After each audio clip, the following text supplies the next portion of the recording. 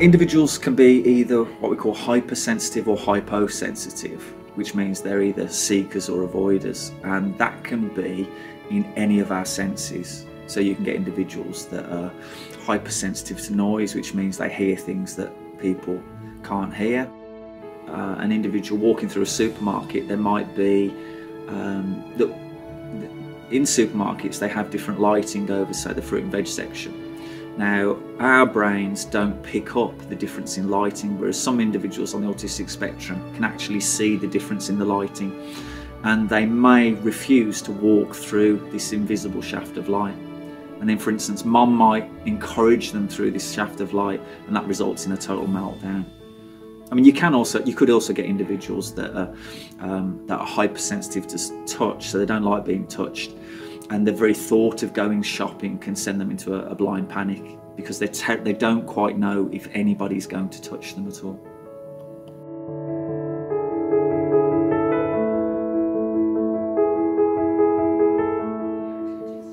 Mainly my sensory activities are to do with really loud noises and drink but not food. So if I'm feeling particularly stressed or anxious and a sudden unexpected noise, maybe a plate smashing in the college canteen or a really loud fire bell or a siren on a police car as I'm walking down the street, those are kind of my real sensory issues. Food I haven't got a problem with, I'm actually not a fussy eater at all, but there are only really 2 or 3 soft drinks that I will drink, and anything else I just find makes me want to vomit.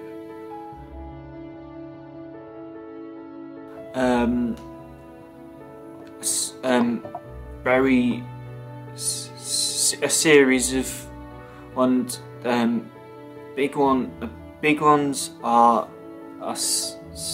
like sound, because big noises, I can feel very overwhelmed with sound. Other things are textures, and things are very very hard, and I find them very difficult to manage. I do a lot of moving and twitching, and I've learnt to, in a way, to just hide those slightly, so they're little movements, so people don't notice them as much. I don't flap my arms around as some autistic people do. So yeah, and a number of sensory issues do affect me during everyday life.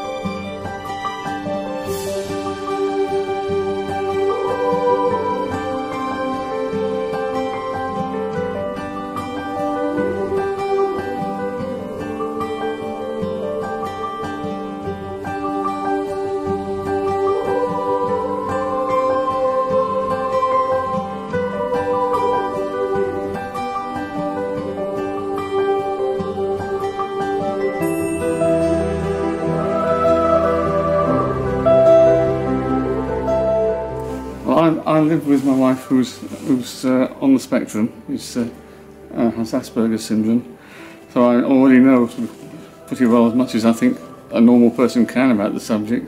I think your exhibition is very good and very well simulates the problems that an autistic person has in real life.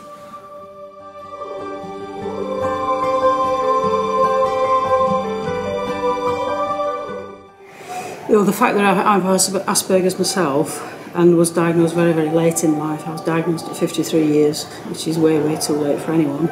I feel very passionate about autism issues and autism matters, and seeing someone actually take the time out to create such a beautiful exhibition touches me deeply. So it was really, really nice to see that you'd made that kind of effort, and that you're actually representing people with autism. Well, I really went into it because I was just passing, and it was a very uncomfortable experience. You don't really know whether you should go into the... It's like a sort of it's not a sensory deprivation chamber, it's actually an overload type of a chamber. So you go in and you feel a bit uncomfortable, sort of socially anyway, because nobody's told you whether or not you should go in there, so you don't quite know what the rules are. And then when I got in, I felt uncomfortable because of the noise and the light, and couldn't quite work out what the objects were that were in there.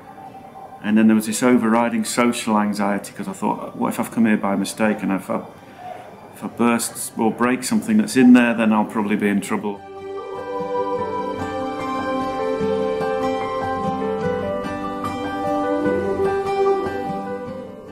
My youngest child has recently been diagnosed on the autistic spectrum, and I also work with a lot of kids who have autism, so I was very interested to come and see what you'd done.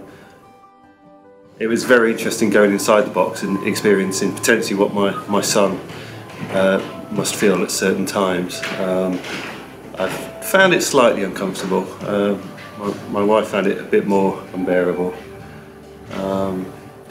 But I do think awareness needs to be raised with employers, with the education system, with everyone, to actually, it's a very misunderstood disorder, and the more we can do to improve people's knowledge, the better, as far as I'm concerned.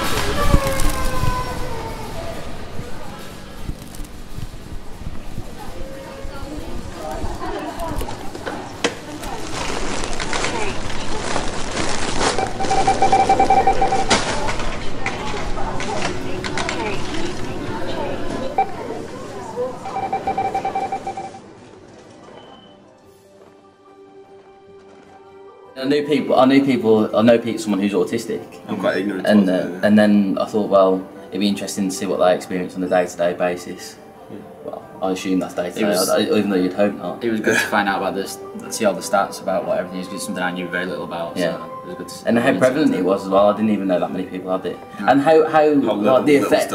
Yeah. And the effects was like just so different. Like you can't even describe, can you?